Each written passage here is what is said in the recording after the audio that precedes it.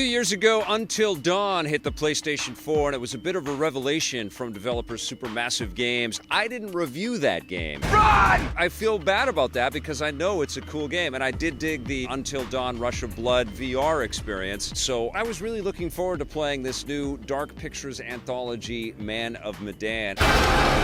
Supermassive really kind of specializes in building cinematic quality adventure games. There's a lot of quick-time events, there's a lot of choices that you make, and they connect to the story thread. And Man of Medan follows that as well. You've got a narrator who's kind of sitting in his study and brings you into the story, and you end up in the much like the story that unfolded in Until Dawn, you end up with a bunch of attractive young people who are terrified by circumstances that happen beyond their control. All kinds of carnage and death and spooky supernatural stuff happens around them as you try to keep them alive by the decisions and the choices that you make. The story, though, is not gonna knock you out with its originality. Basically, these young people get ransacked by pirates, and through some questionable decision-making and some happenstance, you end up on this old, devastated World War II ship that's infested with dead bodies and all kinds of supernatural jump-out-at-you scares. And of course, you're gonna be scared by rats and things like that, stuff that will flicker on in the foreground.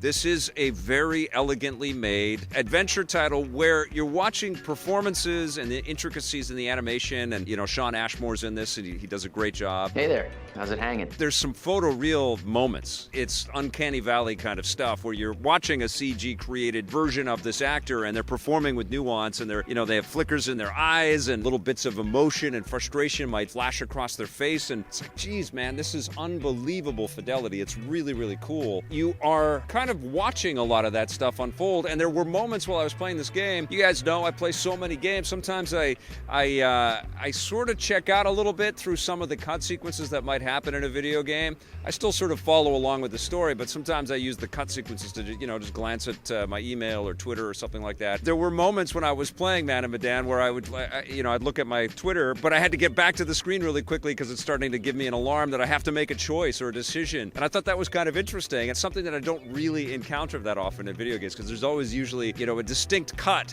when you are watching the movie bit and you're playing the video game bit. And sometimes, unless you're Uncharted or The Last of Us or whatever, the movie bits aren't as exciting as the action bits. With Man of Medan, it all sort of unfolds as one piece, which is impressive as hell.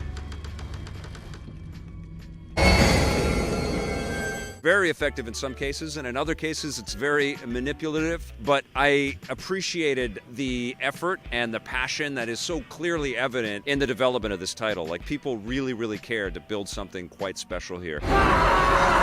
It hurts when you lose your characters, right? Because you get to know them and their idiosyncrasies and some of their personality traits. Man, I feel like such a wimp. And you're also creating relationships between your characters. The decisions that your characters make gives you an idea of what bearings they're sort of headed on within the story.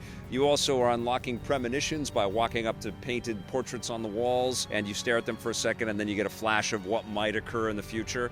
The game is also not a full-priced experience. It's not very long. 4 or 5 hours gets you through the whole thing, but you can replay it in an effort to keep more of your posse alive. And unlike Until Dawn, you can play this cooperatively, so you don't have to play the game alone, which is cool. I did play it alone, and I still had a good time. Come on! Come on! I did have a few moments. I was sitting there in my game cave, my basement, playing the game, and I did have like, oh, I had a few of those, which is what you want out of a game like this. This is what you're paying your money for. I think it succeeds, and I think that Supermassive Games is a very interesting company. You're doing well. I'm looking forward to seeing where they take more of the Dark Pictures anthology series.